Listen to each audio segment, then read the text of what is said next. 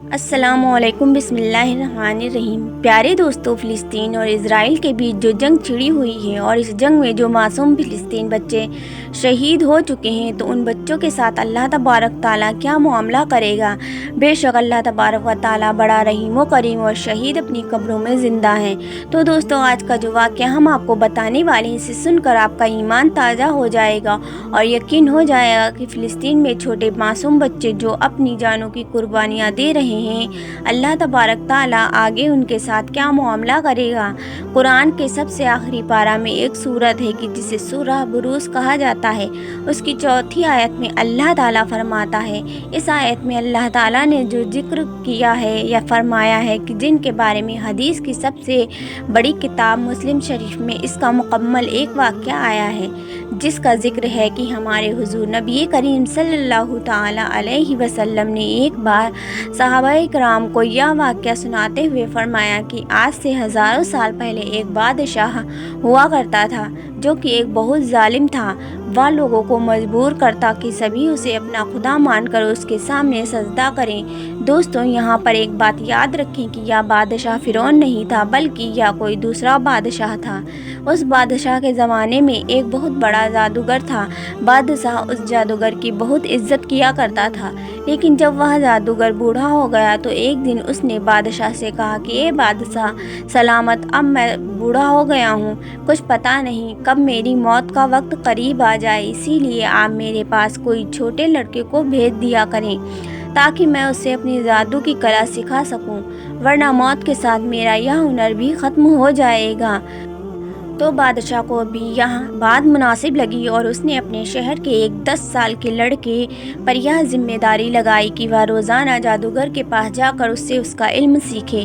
بادشاہ کے حکم پر وہ لڑکا روزانہ جادوگر کے پاس جانے لگا اور اس کے پاس کئی گھنٹے بیٹھ کر جادو کے بارے میں سیکھتا رہا۔ وہ لڑکا روزانہ جس راستے سے جادوگر کے پاس جاتا تو اسی راستے میں ایک پیڑ کے نیچے ایک اللہ والے بزرگ اسے روزانہ بیٹھے نظر آتے۔ پہلے تو کئی دنوں تک وہ انہیں نظر انداز کرتا رہا، لیکن ایک دن وہ لڑکا ان اللہ والے بزرگ کے پاس گیا اور ان سے ان کے بارے میں معلوم کیا۔ تو اللہ والے نیک بزرگ نے اس بچے کو دین کی بہت سی باتیں سکھائیں جو اسے بہت زیادہ پسند آئیں، اور پھر وہ روزانہ جادوگر کے پاس آتے جاتے تھوڑی دیر کے لیے ان اللہ والے کے پاس بیٹھ کر اللہ کی وحدانیت اور اس کی عبادت کے بارے میں سنتا رہتا تھا۔ لیکن اب ایک نیا مسئلہ کھڑا ہو گیا کہ اللہ والے کے پاس بیٹھنے کی وجہ سے ہمیشہ اس لڑکے کو جادوگر کے پاس پہنچنے میں دیر لگ جاتی، جس کی وجہ سے جادوگر اس لڑکے کو بہت ڈانٹتا، اور جب یہ لڑکا لوٹتے ہوئے اس اللہ والے کے پاس بیٹھتا تو گھر پہنچنے میں دیر ہو جاتی تھی، جس کی وجہ سے گھر والے بھی بہت غصہ ہوتے۔ آخر جب اس مسئلے کی شکایت اس لڑکے نے اللہ والے بزرگ سے کی تو انہوں نے مشورہ دیا کہ اے بیٹا، تم دین سمجھنے کے واسطے اتنی قربانیاں دے رہے ہو، اسی لیے تم ایک کام کرو کہ جب جادوگر تم سے پوچھے کہ آخر اتنی دیر کیوں ہو گئی تو اس سے کہہ دینا کہ گھر والوں نے روک لیا تھا، اور جب گھر والے پوچھیں کہ آخر اتنی دیر کیوں لگی تو کہہ دینا کہ جادوگر نے روک لیا تھا۔ لیکن یاد رکھنا کہ کبھی بھی کسی کے سامنے میرا ذکر نہ کرنا، ورنہ یہ میرے لیے ایک مصیبت کا سامان ہوگا۔ اللہ والے کی نصیحت پر اس لڑکی نے ایسا ہی کرنا شروع کر دیا۔ ایک دن راستے سے جاتے ہوئے اچانک بیچ سڑک میں ایک بہت ہی زہریلا سانپ آ کر بیٹھ گیا، جسے دیکھ سبھی لوگ اپنی جگہ کھڑے ہو گئے، کوئی آگے بڑھنے کی ہمت نہ کر سکا۔ تو اس وقت اس لڑکی نے اپنے دل میں سوچا کہ آج میں آزما کر دیکھوں گا کہ آخرکار جادوگر سچا ہے یا وہ اللہ والے بزرگ۔ اور پھر اس لڑکے نے ایک پتھر اٹھایا اور اللہ سے دعا کرتے ہوئے کہا کہ اے اللہ، اگر جادوگر سچا ہے اور وہ نیک بزرگ جھوٹے ہیں تو میرے اس پتھر سے سانپ کو موت کے گھاٹ اتار دیں۔ اتنا کہہ کر اس لڑکے نے پتھر چلا دیا، لیکن اس پتھر سے سانپ پر ذرا بھی اثر نہ پڑا، بلکہ وہ تو اور زیادہ پھپکارنے لگا۔ تو اس لڑکے نے دوسری بار آزمانے کے لیے ایک دوسرا پتھر اٹھایا اور کہا کہ اے اللہ، اگر اللہ والے بزرگ سچے ہیں، جو جادوگر جھوٹا ہے، تو میرے اس پتھر سے سانپ کو موت کے گھاٹ اتار دیں۔ اب یہ کہہ کر جیسے ہی اس لڑکے نے پتھر چلایا تو سانپ کو لگتے ہی وہ مر گیا، जिसे देखकर इस लड़के को भी यकीन हो गया कि अल्लाह वाले बुजुर्ग सच्चे हैं और जादूगर झूठा है। जब इस लड़के ने जाकर यह बात उन अल्लाह वाले बुजुर्ग को बताई तो वह भी बहुत ज़्यादा खुश हुए और कहा कि बेटा, अब तुम मुझसे बेहतर बन चुके हो, इसीलिए आज से तुम भी लोगों को अच्छी अच्छी बातें सिखाया करो। हदीस में आता है कि उस 10 साल के लड़के को अल्लाह ताला ने अपनी कुदरत से इतनी ज़्यादा ताकत अता फरमा दी थी कि वह हर तरह के मरीज़ को अल्लाह से दुआ करके बिल्कुल सही कर देता। उसके पास चाहे जैसा भी मरीज़ आता वह उसके सर पर अल्लाह का नाम लेकर जैसे ही फूंक मारता तो वह मरीज़ बिल्कुल ठीक हो जाया करता। यहाँ तक कि यह खबर बादशाह के एक खास वजीर तक पहुँची। वह वजीर कुछ बीमारियों की वजह से आँखों से अंधा हो गया था, इसलिए यह खबर मिलते ही वज़ीर जल्दी से उस लड़की के पास पहुंचा और कहने लगा, ए बच्चे, मैं तुम्हारे लिए बहुत कीमती तोहफे लेकर आया हूँ, तुम इनको कबूल करो और मेरी आंखों को ठीक कर दो। तो उस लड़की ने जवाब दिया कि मुझे तुम्हारे तोहफों की कोई ज़रूरत नहीं है और आंखें मैं ठीक नहीं करता बल्कि मेरा अल्लाह ठीक करता है, इसीलिए तुम इस बात की गवाही दो कि अल्लाह के सिवा कोई माबूद नहीं, तो मैं दुआ कर दूंगा कि अल्लाह ताला तुम्हारी आंखें ठीक कर देगा। लड़के के कहने पर वज़ीर ने फ़ौरन ईमान कबूल कर लिया। तो लड़के ने उसकी आंखों पर हाथ रखकर जैसे ही दुआ की तो वज़ीर की आंखें बिल्कुल ठीक हो गईं और वह इतना ज़्यादा खुश हुआ कि आगे बढ़कर उस लड़के को गले से लगा लिया। उसके बाद जब अगले दिन वह वज़ीर बादशाह के महल में पहुंचा तो बादशाह भी उसे देखकर हैरान रह गया कि आखिर मेरे नाबीना वज़ीर की आंखें कैसे वापस आ गई हैं।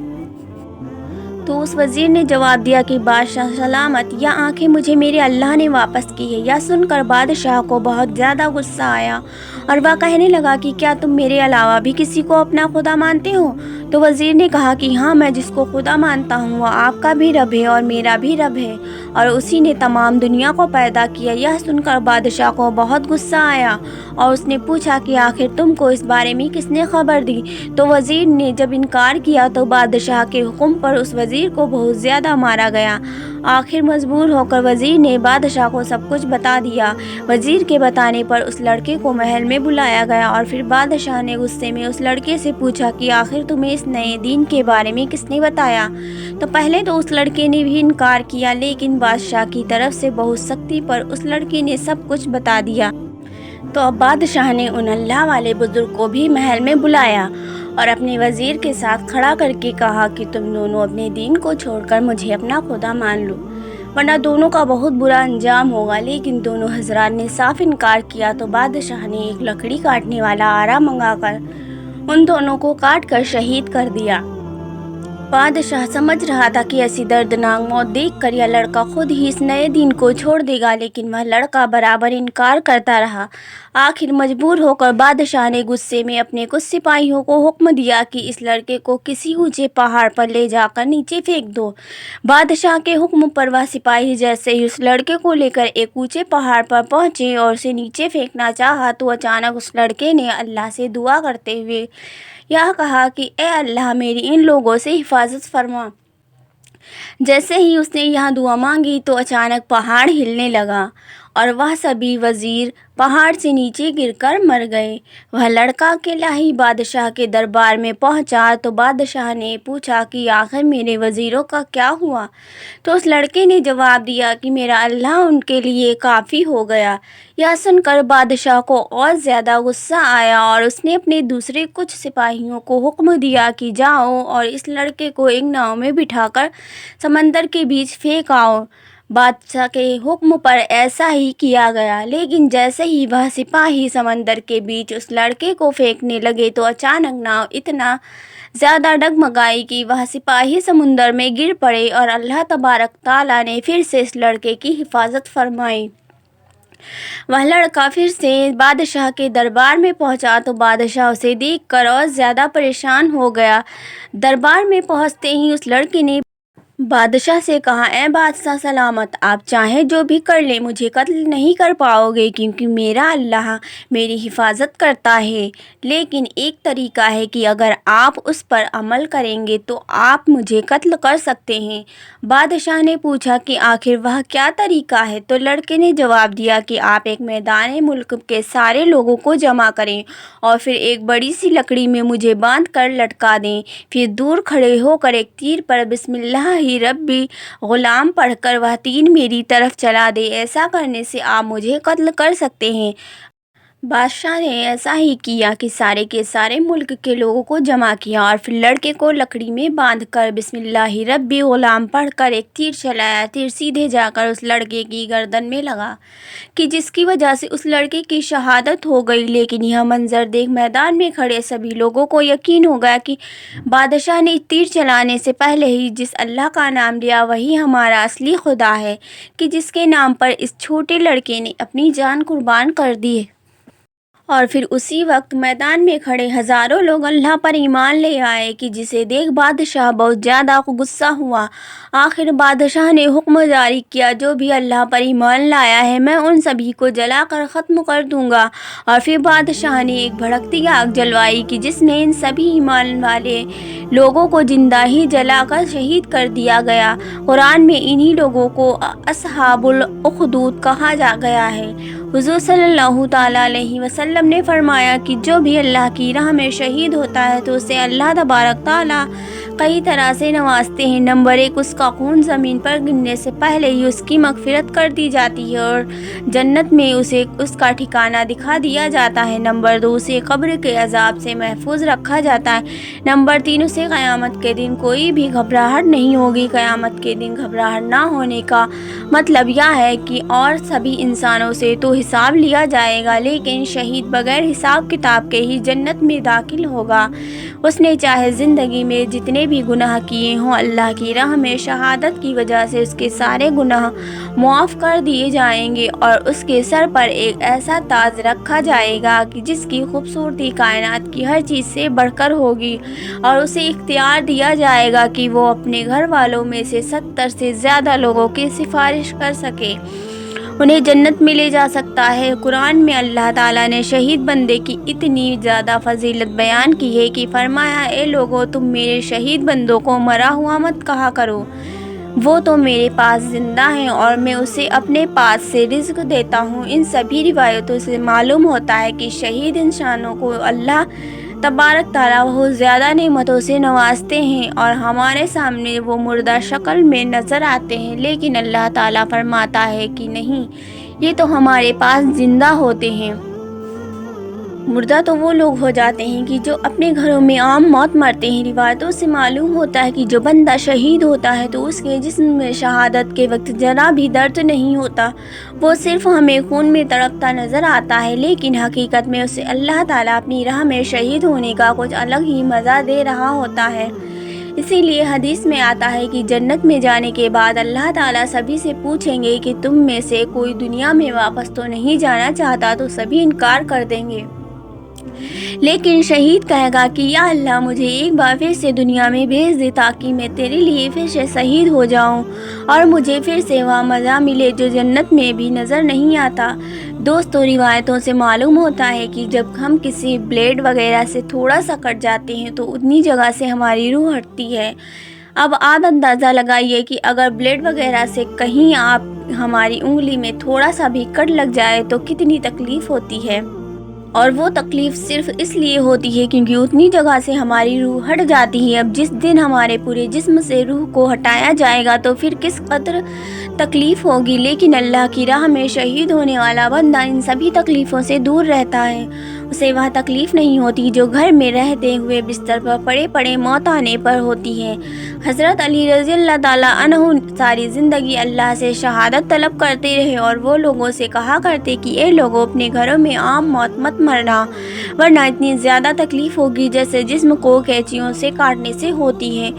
और अगर शहीद होकर के वफ़ात होगी तो रिवायतों के मुताबिक सिर्फ उतनी ही तकलीफ़ होगी जितनी एक चींटी के काटने से होती है।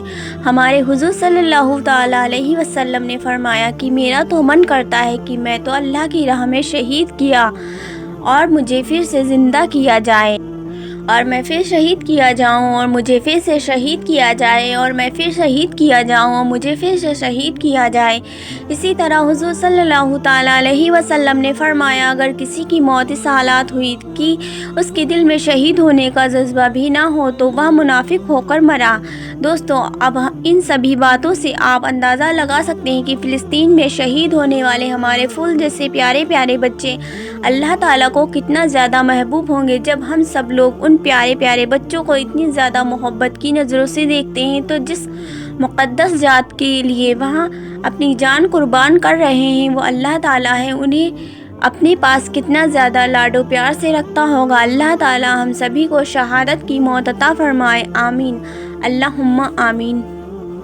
پیارے دوستوں، امید کرتی ہوں کہ آج کا ویڈیو آپ کو بیحد پسند آیا ہوگا۔ اگر ویڈیو پسند آیا تو ویڈیو کو لائک کریں، ہمارے چینل کو سبسکرائب کریں اور ساتھ میں لگے بیل آئیکن کو بھی دبا دیں تاکہ ہماری نئی آنے والی ویڈیوز کی نوٹیفیکیشن آپ تک پہنچ سکیں، اور اس ویڈیو کو اپنے دوستوں احبابوں میں شیئر ضرور کریں۔ ابھی ہمیں اجازت دیجیے، خدا حافظ۔